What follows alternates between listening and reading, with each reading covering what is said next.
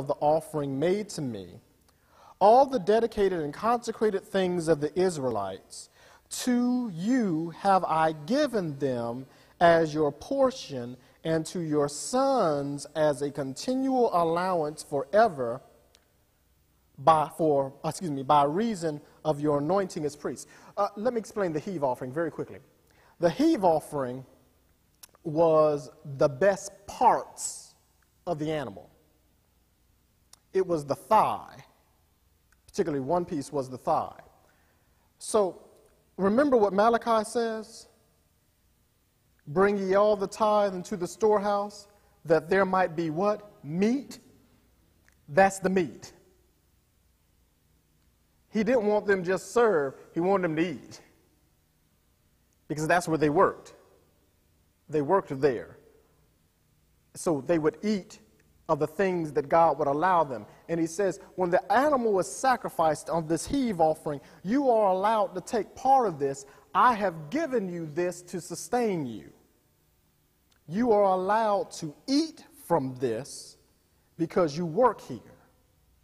You're allowed to receive so that you will have this, and I'm doing this for you as an allowance because of your anointing. That things, or that there is a thing that God consecrates, that he says that I will allow you to use this because of your anointing. Please notice, he doesn't say you get it all. He says you get a portion. So he's laying again the side that God gives the man of God, the woman of God, those who are serving, he allows them to use the heave offering as a portion. Well, how does this translate in the 21st century church? Even though I'm already paid by the army, one day you will go back to wherever you come from. And inevitably, you will hear the talk of somebody. In fact, you don't even have to go back where you come from. You're going to turn on the TV.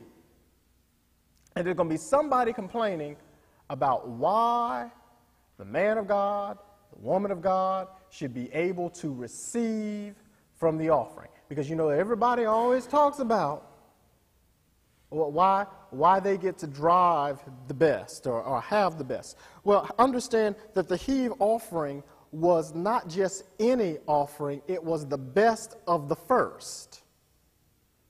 God instituted it that way. And so the reason why there is this qualification that they get the best in the first is because they are representing God. And so we should never complain and murmur against what's happening and someone is benefiting from the labor because God set it up to be so. And when we do that, in a sense, we curse ourselves because we're misunderstanding how God's blessings come down. Notice that the first thing that he did for the priests is he fed for their physical need. There's used to be an old prayer, and I've heard it said in a lot of tapes that I've listened to, and even I've heard it said in churches, God, you keep them humble and we'll keep them poor. That's not the right attitude. Especially when we see that as God set up the temple, he wanted them to be all right. Let's look further. This shall be yours of the most holy things reserved for the fire, from the fire. Every offering of the people, every cereal offering and sin offering and trespass offerings of theirs, which they shall render to me, shall be most holy for you, Aaron, and for your sons. As the most holy thing, and in a sacred place shall you eat of it. Every male of your house shall eat of it. It shall be holy to you.